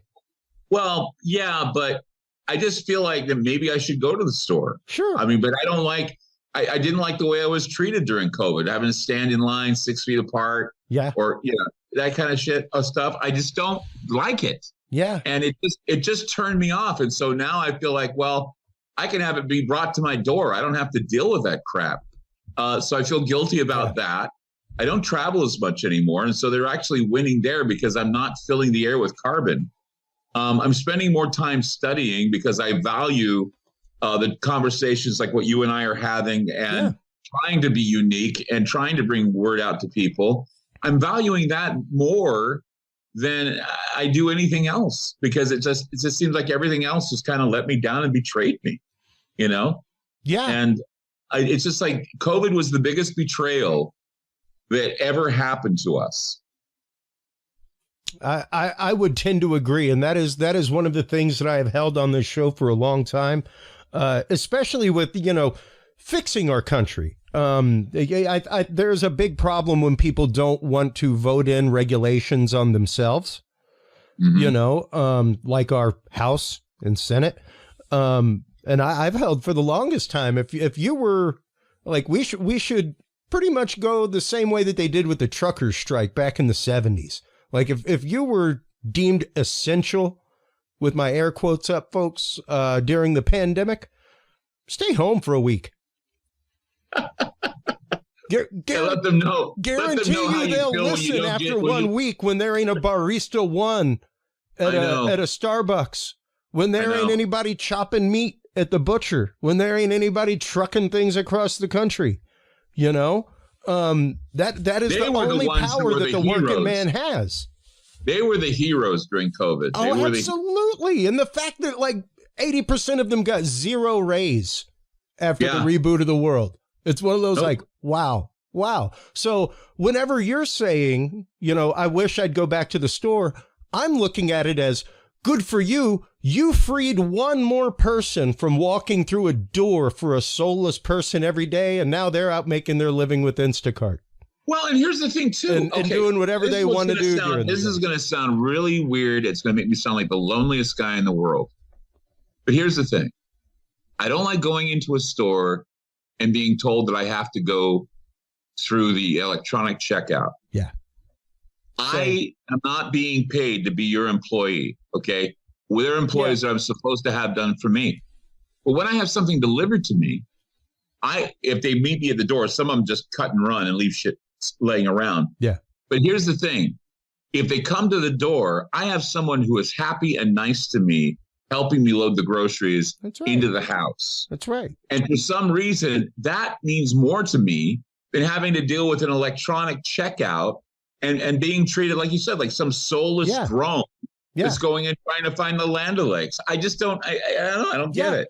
No. And, it's interesting to see many companies going back to that home delivery model, that our grandparents had, man, where it was like you had a milkman. He brought your milk twice a week. It was fresh milk. You got it twice a week. You didn't have a gallon of milk that sat there and was going bad. I know. I remember the milkman. You had Sam the butcher that brought your steaks, stuff like that. And I said it years ago, whenever I first started this show, when Amazon was talking about bringing back the Christmas catalog. And I was like, that is brilliant. That's brilliant. Because what about all those grandparents out there that they can't walk into Toys R Us, and they definitely don't know how to use Amazon. Well, and that's another thing, but too. they know how to use a catalog.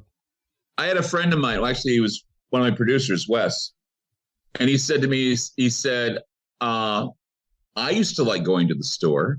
Yeah. But he says, there's something cool about getting on Amazon, ordering like he said, he was ordering a memory card for a computer. Put the order in. He no sooner puts the order in, the next day it's sitting on his doorstep. Yeah. Yeah. That is just the most amazing thing ever. And that's the thing. Give me convenience or give me death. Yeah. I think that's the only reason why we haven't raised up to a civil war is because we're getting convenience. Yeah. Convenience is keeping us happy. We don't have to deal with people anymore because we get convenience. Take away convenience, we'll be at each other's throats pretty quick, I think. Well, that's the whole thing. America's all about convenience. You know, the one thing I bring up regularly is the whole Arab Spring. When that happened, that started from a Facebook post, man, and they never found that little account that was like, hey, Hosni Mubarak, what about that guy? Let's get rid of him. You know, that just begat all these people going to the city square and overthrowing the guy. What about France? We're paying 25 cents extra at the pump for global warming. Yeah. Screw that. We're going to riot. Here in the United States, you're going to pay $2-3 extra for gas because of Ukraine. We also there go, okay. Yeah. Okay. Yeah. We'll do that. Okay. Yeah. I live in Texas. Sad. We refine it all here. So, but. Yeah, you get spoiled, aren't you? That's right. That's right. Yeah. I was in Roswell and they said the same thing. They said, we're spoiled right here. Everything that we have around us is oil. Yeah. Yeah. And, it's interesting because all of these things that we're talking about, folks, it may seem like we got off rails a little, but in all honesty, it's all means of control of the paradigm. It is all means of control. And to go right back to where you were talking about a minute ago about, there is a chemical response in our brain to panic, Clyde. Right. It's done our body brilliantly for millions of years. It is what helped us survive as animals in the wild while things were hunting us, things like that. The problem is it can be so easily hijacked. So easily hijacked. Fear. Right. Now it's commercial time. I'm very, very, very offended by the fact that everything in this country right now is infantilized. Yeah. And that everybody's feeling victimized. Everybody needs to be coddled. Everybody needs to be this and this and this. We need the state to take care of our problems. We need all this to happen. And everybody feels like they're being oppressed. No, it's not that way. It's just that you feel as though that you need to be treated differently because you've had one hell of a life. We all have one hell of a life. Every morning I wake up, I'm in pain. And it's because I'm 59 years old and I'm getting older, and, getting old is not for pussies. It's one of those things that you have to deal with. And I think a lot of people don't realize that, they get believing that global warming is real, that the planet's going crazy and that it's all because of global warming. No, last time I checked something, we live on a very violent planet. Yeah. And we have earthquakes all the time. We have weather and storms that move through here all the time. What about the times we don't have bad storms? Do they ever talk about that? No. I mean, you look at the irony of the fact that they did the COP28 where they were going to talk about climate change and global warming, and half the people couldn't attend the conference because their planes were basically cracking from the freezing that was going on in Germany. Yep. And it was like, there's the irony in that, and the fact that, the others were flying in on their jet planes. They're sucking up all the gas. They had one of their lunches was barbecued hamburgers and French fries. And I'm thinking, what about all those cows that we're not supposed to be eating? What about and it's all hypocrisy. And yet we follow along because we don't look beyond the biggest lies that they're telling us. Yeah. Yeah. And the fact that so many people are not willing to start thinking their way at an angle out of that hole, Clyde. The whole concept of just being placated to begin with, being happy with the status quo, I think has become kind of the badge of the day, so to speak, you know, where it's like, yeah, as long as you can get along, it's all right. Right. And yeah, we used to be a country that strove for more, asked people to strive for more. Right. And I am, you know, I am a big believer in hand-ups, not handouts. I have said for a long time, the only people I see as being on the dole are our actual government workers. The ones who get free health care for life, you know, things like that. That's being on the dole. Like, right, exactly. So, yeah. There's got to be a reason why they fight like hell to have a job that pays them, what, $200,000 a year? Yeah. Yeah. You know, there's more to it than the $200,000 a year they get. They get to speaking engagements for like maybe $40,000 a minute. Yeah, that's why they do it. They're career politicians because the money is just endless. Well, and politics was never supposed to be a career, Clyde. It was never intended to be somebody's sole source of income. As a matter of fact, like originally they thought like politicians shouldn't even get paid. You know, like you're typically a landowner, a lawyer, a doctor, or something like that to begin with. You get reimbursed for your time to come and do things, but you were there to be a constituent for your neighbors. And that's what I think we have lost a lot of sight of, man. We very shortly ago had victory gardens in this country. Oh, yeah. You know, that was where everybody was pulling the effort. If your neighbor didn't have a couple heads of lettuce for his kids for salad or something, like you gave it to them. If they needed cords of wood in the winter, you gave it to them. Yeah. Now it's like, well, I don't know. I don't really agree with those signs in your lawn. So, you know, I don't know if I'm going to be there to help you come time for that. And the sad thing is, I'm not saying we are close to any kind of revolution, so to speak. But it's coming time where we need to figure out how to help each other out. There is a great and powerful means of control that is in place if we allow it to stay in place. People are not aware of the fact that the Smith-Mundt Act was gutted in 2012. That was basically the law that prevented the federal government from spreading propaganda through the media. Gutted so much so that in the last NDAA that Obama signed on his way out, there was an actual office of anti-propaganda funded, which I'm pretty sure is still just propaganda. Oh, yeah. It's the Ministry of Truth. They've been pushing that for some time because they look at anything that takes away from their manipulations and their gaslighting as dangerous to the country. Well, no, what's dangerous to the country is the gaslighting.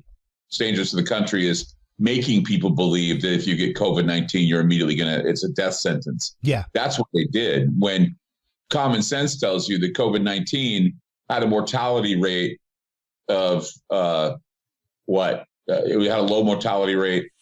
And it was almost like 1%. Yeah. 1%, it was like 1% of people 2%. got it. 1% of people died from it. Yeah, I know. So, but that's the thing. It was that we have the death tolls broadcast every day, like weather reports. Yeah. You're facing that every day. You're afraid to go outside for fear that just breathing in the air will make you explode. How'd that 12 days to flatten the curve work out? Yeah. I mean, it was just absurd.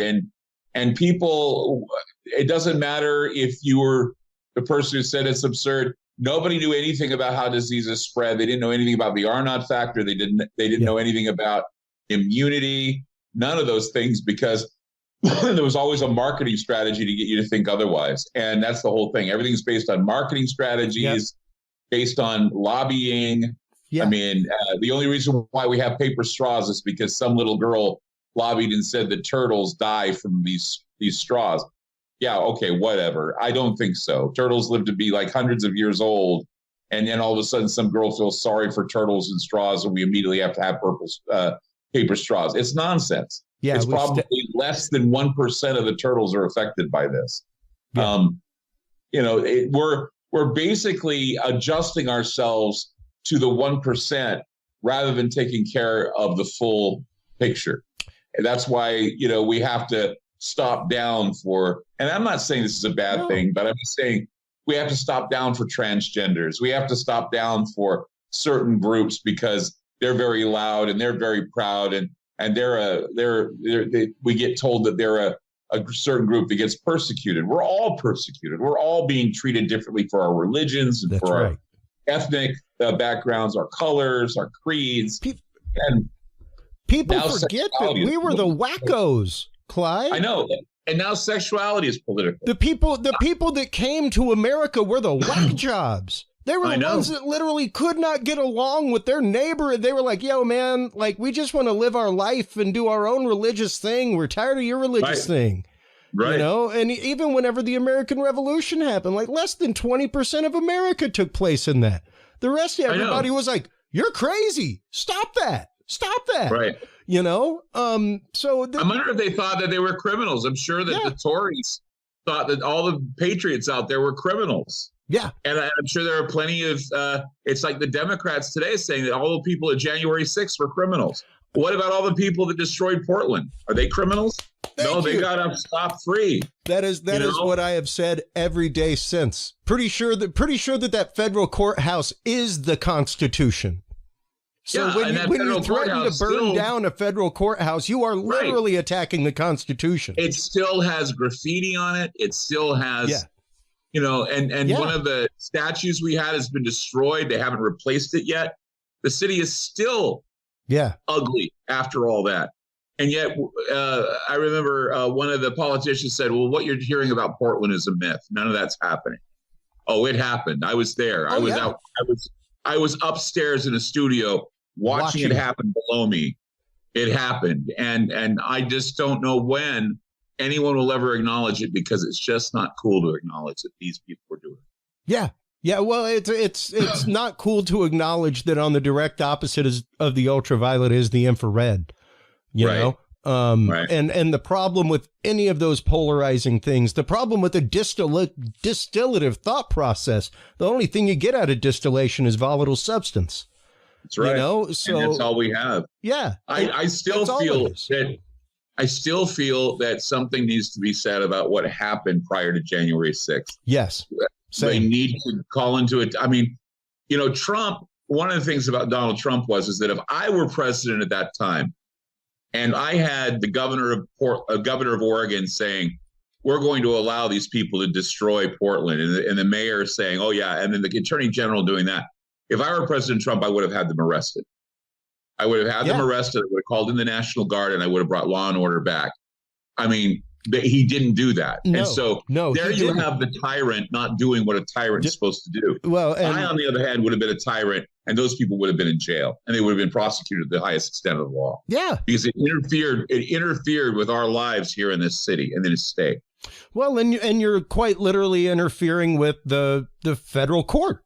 Like, once again, I'm sorry to tell you folks, but feel free to go back and watch your Schoolhouse Rock.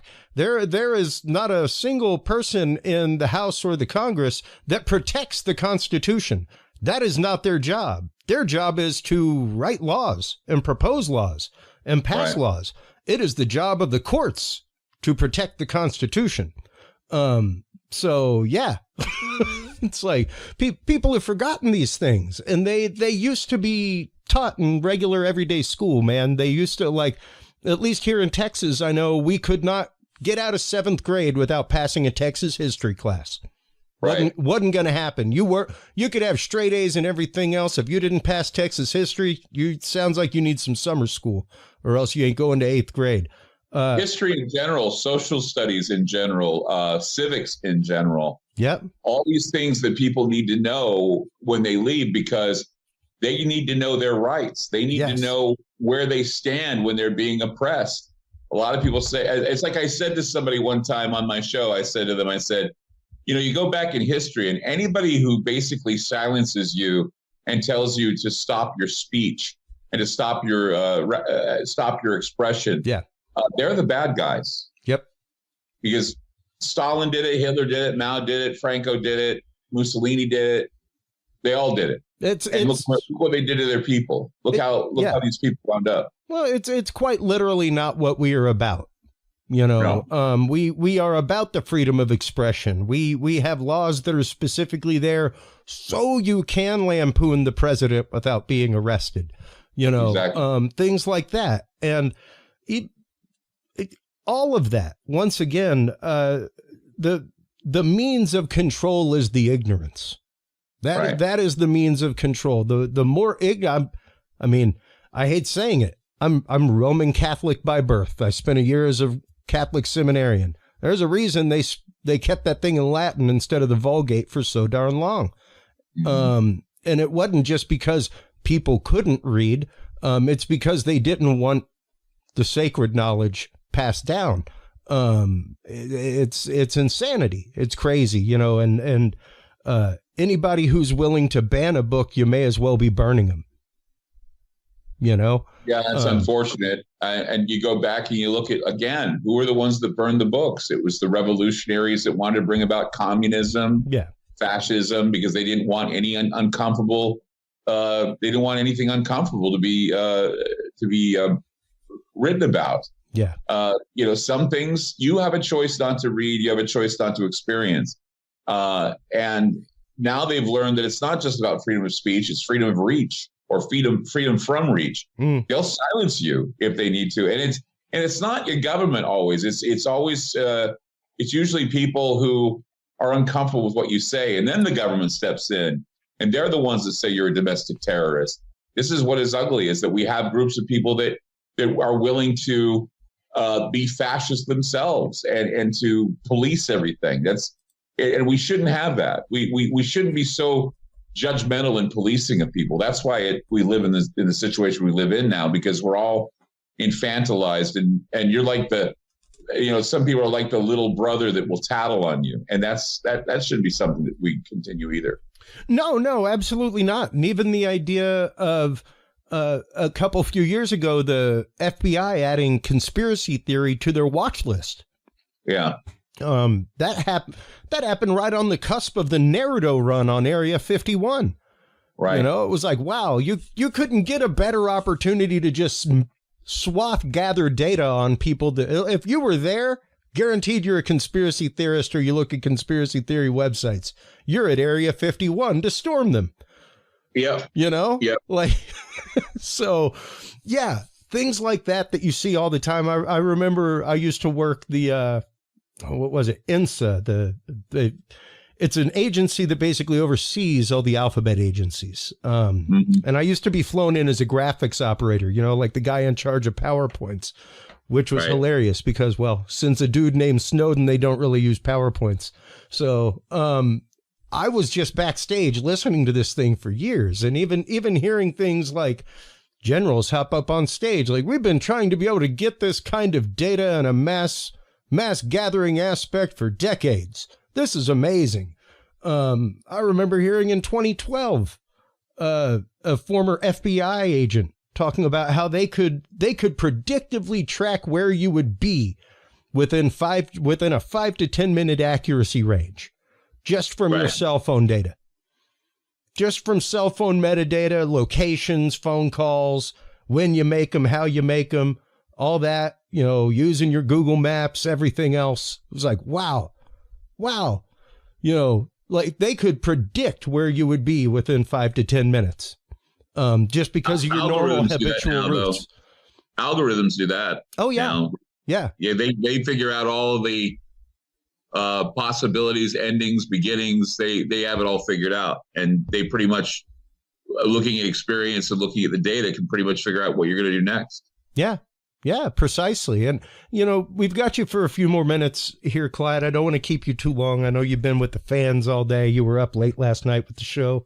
You've got show tonight, right? Or is it replay tonight? No, I'm off. Is it off tonight? I'm off. I'm going to be doing pointless stuff tonight. Good. The brain deserves pointless things sometimes, my friend. Yes, I know. What do we do to stop treading water and start swimming, Clyde? How can we start learning to navigate against the current here? Because we've got to give people more than just a life preserver. There's got to be a way for us to. We can't change the world unless we talk. Yeah. Communication is key. It's the most important thing we can do. You can't have a revolution without a revelation. And there are not many people out there that are willing to give the revelations to people. And there are a lot of people out there that don't want to listen. Yeah. So I always tell people this: if you want shows like yours and mine and all to continue, you have to focus on keeping them alive. Whatever you can do, spread the word, donate money, participate by calling in or participate by writing letters or whatever. I always tell people when my show shows up on a radio station out in the middle of nowhere, do me a favor and call that program director and thank them. Yes. Yes. Because a lot of people will call program directors and they'll say, they'll complain, or when the show's taken off the air, they'll complain and say, what did you do with Clyde Lewis? Well, if you would have called them and thanked them before you have to call and complain why I'm gone, they probably would have kept me a lot longer. Yeah. So that's the thing, is if you really, really, really enjoy the programming that you do, programming that I do, then you really, really have to, like, for example, go to Aftermath.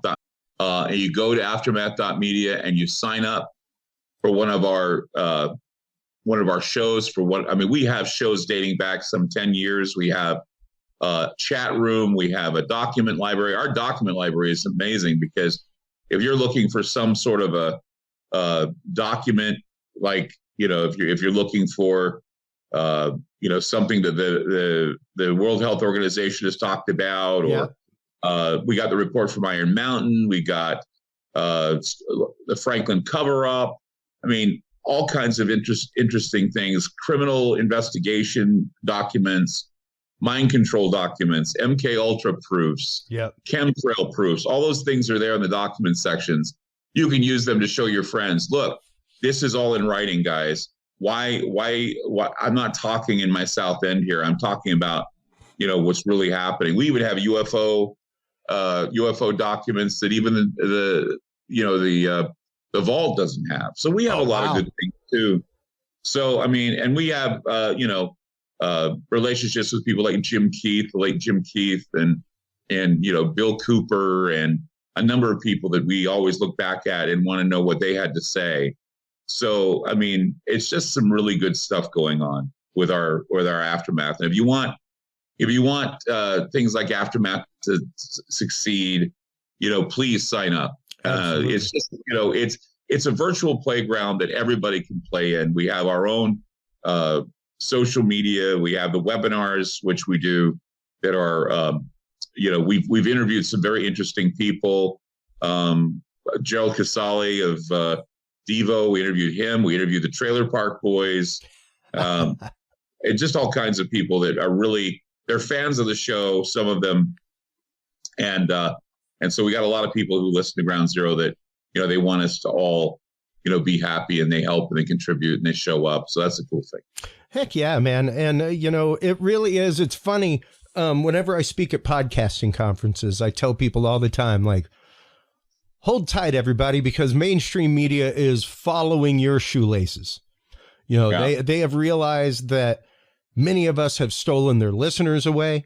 Many places don't allow you to dial into a browser on a computer at work, but you can always listen to something on your phone. Right. So yeah, it's great. And alternative sources like you, once again, Clyde, thank you so much for coming on. I have listened to your show for, God, at least I know for the last decade, better than that, more than likely. I really appreciate that. I really do, because it's, I've been doing this and it's all I do because I can't stop. Yeah. Bringing interesting new ideas to people. And that's the whole point. Conspiracy theories, paranormal things, even up to the minute parapolitical stuff. Yep. It's not that I take a side in politics. It's just that I want people to see just how bad and how psychotic they can be. And that's exactly. And that's just it. It is the conversation, because if you're not willing to have the conversation, like I get called capital S skeptic in a lot of groups, because I can spot a lot of non-anomalies, let's just say. But it's one of those, like, yes, I am a skeptic, and I will wear that proudly, because my job as a skeptic is to take in all information and be waiting for the piece of information that makes me go, Well, hot damn. There it is. Yeah. I've been looking for that. And that's a true skeptic. I mean, people think that if they're going to debunk stuff, they're skeptics. No, you've already made your opinion, and that is don't believe it. Yeah. You're either a person who doesn't believe or you're a skeptic. And most people, if they're true skeptics, they investigate and they make their decisions based, as you said, on that kernel of truth that comes through if you continue to poke at it. And eventually the truth comes out. Well, and that's just it. You know, belief belies faith. That means you have to have faith in something. I don't have faith that these things are. I know they are. I'm just waiting for the proof. Right. You know, and I'm just waiting for it to happen. So, Clyde, thank you so much for your time, man. I appreciate it. I know you've had a busy week of broadcast, and taking the time really truly means a lot, because it is about the conversation. It's a lot of fun. And, you know, I'm glad I was able to have a conversation with you, because I really feel like that, you know, we have a good exchange, you and I, and it's amazing that we have people out there that think the same. There's that symbiotic relationship that I really appreciate. Absolutely. Same here, man. Please do hold the line while we close things out with the audience. While you are online checking out all of the amazing work of Clyde Lewis and others at aftermath.media, everybody, make sure to stop on by Curious Realm. Curious Realm is where you can find all of our episodes. That's where you can like, follow, subscribe. That's where you can find not only all the episodes, but you can find our knowledge vault full of declassified government materials, as well as our store where you can find books from all of our guests. Thank you so much, everybody, for tuning in as always. As we've been saying through this episode, as we say at the end of every episode, it is because of you that the conversation happens. It's because of open minds, open hearts, that the conversation keeps happening. So keep those open minds, keep those open hearts, keep talking with each other, everybody. And remember, stay curious. We'll talk to you soon. Bye-bye. Thank you for tuning into this episode of The Curious Realm. Stay tuned for more guests, forbidden topics, and hidden truths. Download the official Curious Realm app and view the Knowledge Vault on our website, curiousrealm.com. Follow us on social media by searching Curious Realm. Curious Realm is available on your favorite podcast services, as well as YouTube, Roku, Amazon Fire, and Apple TV through the APR TV app, available on all app markets. Curious Realm is a proud member of the HC Universal Network family of podcasts. For more great content, or to become a sponsor of Curious Realm or other podcasts, visit hcuniversalnetwork.com today. Thanks for listening. Stay curious. And remember, the other side is always watching.